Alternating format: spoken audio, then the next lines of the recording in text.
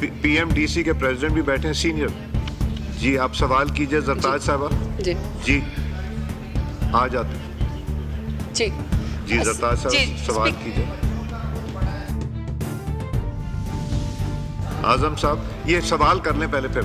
जी जरताज साहब। जी जी ये स्पीकर साहब, मैंने ये इसलिए ये यंग डॉक्टर्स के कहने पे यहाँ पे हमने कॉलिंग अटेंशन डाली थी कि एक तो बिल्कुल ठीक है कि इनके एग्जाम का इशू है कि पूरे पाकिस्तान के तमाम जो स्टूडेंट्स है डॉक्टर, उनके लिए आपका 50% क्राइटेरिया है दुनिया में भी, लेकिन जो बाहर से बच्चे स्टूडेंट पढ़ के आते हैं उनके लिए आपका 70% है। तो एक मुल्क में स्टूडेंट के लिए 2 कानून ओवरसीज पाकिस्तानी या जो बाहर से पढ़ के आते नहीं हो सकते।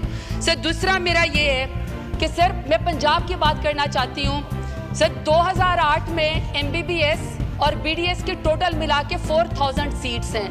अब सर 2008 से लेकर आज 2024 16 साल में आज भी पंजाब 4000 सीट के ऊपर खड़ा है, जबकि हमारी आबादी जो है वो 13 करोड़ तक चली गई है। प्लीज दरवाजा बंद करें या शोर आ रहा है अंदर। जी अब सर यानी 16 साल में पंजाब में हमारी मेडिकल की सीट सिर्फ 4000 16 साल के अंदर उतनी की उतनी खड़ी है।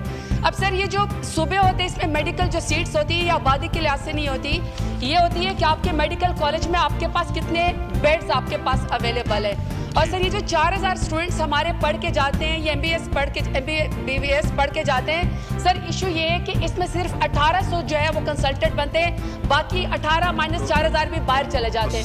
अब सर मेरा सिर्फ ये सवाल ये है कि हमारे पास ये 1200 स्टूडेंट बाहर से आए हैं। एक तो सर हम इनका 2 साल के अंदर 1 दफ़ा एग्जाम ले रहे हैं, रेगुलेट करें कि 1 साल के अंदर इनका 2 दफ़ा एग्जाम होना चाहिए, टॉर्चर से बचाना चाहिए।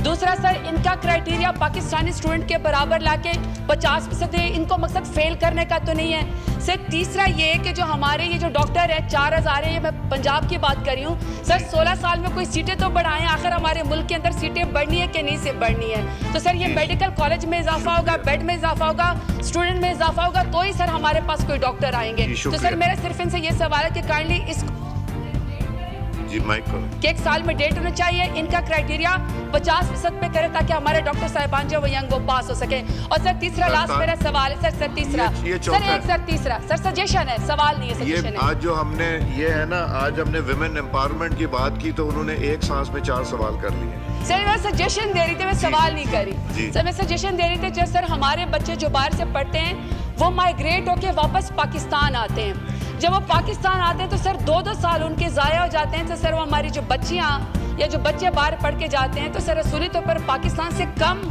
स्टैंडर्ड के ऊपर किर्गिस्तान, ईरान, चाइना ये पढ़ने जाते हैं। सर इसको कोई तरीका तो करे कि उनको कोई इनकी अटेंशन ख़त्म करके इनको डॉक्टर करके यहाँ पे रेगुलेट किया जाए। शुक्रिया जी। आप भी एक सांस में जवाब दीजिएगा। स्टैटिस्टिक्स दुरुस्त कर दूं, एक बात तो ये है कि सीट्स 4000 नहीं है, सीट्स हैं 20000 सर, और 20000 में से कम जो 10000 सीट्स हैं लगभग वो पंजाब से हैं जी, जो PMDC के रिकॉर्ड के मुताबिक हैं। प्राइवेट कॉलेजेस इसमें शामिल हैं, पब्लिक सेक्टर और प्राइवेट सेक्टर मिल के सर ये सारा करता है। तो इसलिए उसमें मज़ीद जो क्राइटेरिया पूरा करते हैं पब्लिक सेक्टर के, पंजाब गवर्नमेंट में I am not their spokesperson but I have gone through a press release issued by them. उन्होंने फार फ्लंग 5 डिस्ट्रिक्ट्स के अंदर पब्लिक सेक्टर मेडिकल कॉलेजेस जो हैं वो कायम करने का ऐलान किया है। 4 मदर चाइल्ड हॉस्पिटल्स थे जो कि ताख़ीर का शिकार थे, उनको उन्होंने जनरल हॉस्पिटल्स में कन्वर्ट किया है जो कि मुख्तलिफ अजला हैं सूबे के दूर दराज, ताकि उन्हें टीचिंग हॉस्पिटल्स का दर्जा दे के उनके साथ पब्लिक सेक्टर के मेडिकल कॉलेजेस बनाए सके, जिसमें लिया भी है, भक्कर है, भावल नगर है, इस तरह के अजला हैं।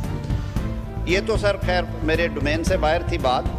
अब रही बात सर जहाँ तक इम्तिहानी के जो तफावत क्यों है, डिफरेंस क्यों है, मैं बड़े अदब से ये अर्ज़ करूँगा कि जो पिछला इम्तिहान नहीं हुआ उसका वजह तो रेगुलेशंस का इन प्लेस नहीं होना था। और मेरे ख्याल में हम सब में से जो सबसे बेहतर इस इशू पे बात कर सकते हैं पॉइंट ऑफ ऑर्डर पे, वो कादर पटेल साहब हैं जो मेरे बाएं जानब इस वक्त तशरीफ़ रखते हैं। लेकिन जो इंस्ट्रक्शंस हैं उसके मुताबिक एज़ पर इंस्ट्रक्शंस दोनों इम्तिहान अब रेगुलर बुनियादों पे होंगे। जो माजी में हो गया उसकी तलाफ़ी इसी तरह मुमकिन है कि आप फौरी करें। मैंने अर्ज़ किया 2 जून को है, सर जो 50% मुकामी मेडिकल कॉलेजेस का के ग्रेजुएट्स का पास परसेंटेज है, उसकी वजह ये है कि वो एक्रेडिटेड हैं with Pakistan medical and dental council, और उनके पीरियोडिक जो इंस्पेक्शंस हैं वो होती हैं, प्रोफेशनल्स जाते हैं उनके स्टैंडर्ड्स के ऊपर, और फिर वो मनो-अन वही हदायत तस्लीम करते हैं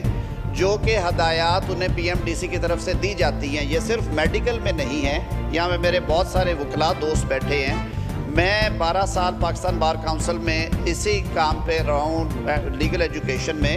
हमने भी जो फॉरेन ग्रेजुएट्स हैं उनके लिए इम्तिहान अलग रखा हुआ है, और जो हमारे लोकल ग्रेजुएट्स हैं उनके लिए अलग है। ये सारी दुनिया में राइज है, ये कहीं पे नहीं है कि आप कहीं से भी दुनिया से, किर्गिस्तान से, युगांडा से, गैम्बिया से डिग्री लाएं और कहें कि जी नहीं आप इसे मानें। जब तक हम लोग पाकिस्तान से जब डिग्री करके दुनिया में कहीं पे जाते हैं, कहीं हमें प्लैब पास करना पड़ता है, कहीं पे हमें MCAT करना, कहीं पे वो जो अमेरिकन है आपकी USMLE करनी पड़ती है। ये हर मुल्क का एक अपना निज़ाम है, और 70 से 60 करने का मकसद भी ये था कि उनकी हार्डशिप में कमी की जाए।